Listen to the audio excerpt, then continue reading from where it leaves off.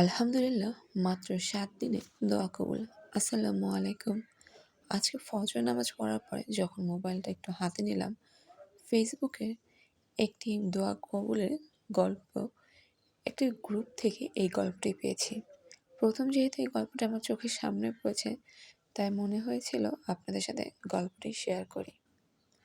দোয়া কবুলের গল্প। গল্পটি লিখেছেন একটি আপু।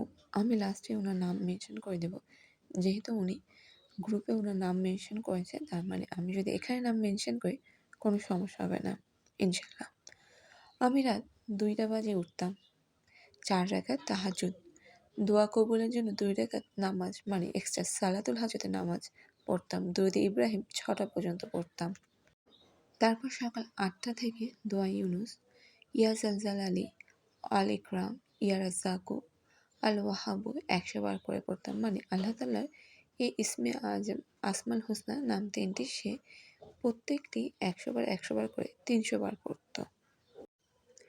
তারপর আস্তাগফিরুল্লাহ জোহর পর্যন্ত, জোহর থেকে আসর দুরূদ শরীফ পড়তাম।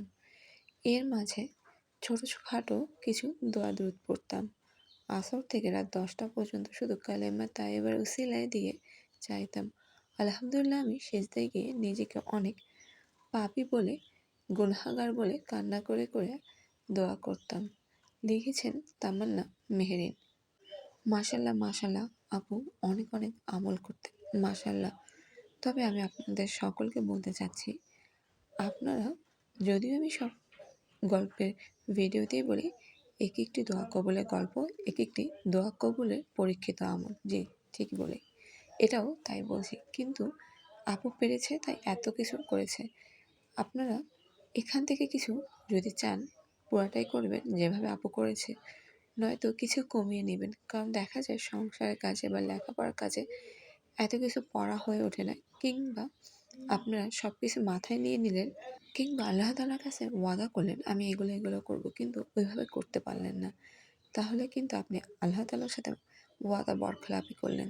তাই বলবো আপনি কিছু কমিয়ে নেবেন। তাই বলে ভাববেন না আমি আপনাদেরকে ইবাদত করতে অনুৎসাহিত করছি, আপনাদেরকে মানা করছি না, মানা করছি না। এখানে যেমন আপু লিখেছে আসর থেকে রাত ১০টা পর্যন্ত শুধু কালেমা তাইয়্যিবার উসিলায় দিয়ে চাইতাম। এখন যদি আল্লাহ তাআলা আপনাকে এরকম সময় দেয়, তাহলে তো আলহামদুলিল্লাহ আলহামদুলিল্লাহ যে আপনার অন্যান্য কাজ করতে হচ্ছে না।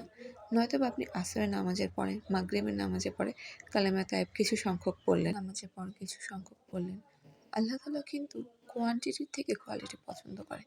মানে আপনি কোনো আমল করবেন সেটা কম করেন কিন্তু প্রতিদিন করেন, কিন্তু আপনি অনেক বেশি বেশি আমল করেন কিন্তু প্রতিদিন করেন না, আল্লাহ তাআলা কিন্তু সেটা পছন্দ করেন না।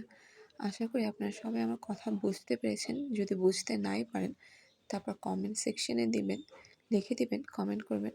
আমি ইনশাল্লাহ উত্তর দেওয়ার চেষ্টা করব। আমি একটু ব্যস্ত আমার পারিবারিক কাজে, যে কারণে আপনাদের কমেন্টে ওইভাবে আমি উত্তর দিতে পারছি না, যে কারণে আমি আন্তরিক দুঃখিত। আল্লাহ তাআলা চাইলে কয়েকদিনের মধ্যে আমি আপনাদের সব কমেন্টের উত্তর দিয়ে দেব ইনশাল্লাহ। আল্লাহ তাআলা আমাদের সকলকে বেশি বেশি আমল, দোয়া করা ও ইবাদত করার তৌফিক দান করুন। আমিন সুম্মা আমিন। আল্লাহ হাফেজ, সবাই ভালো থাকবেন।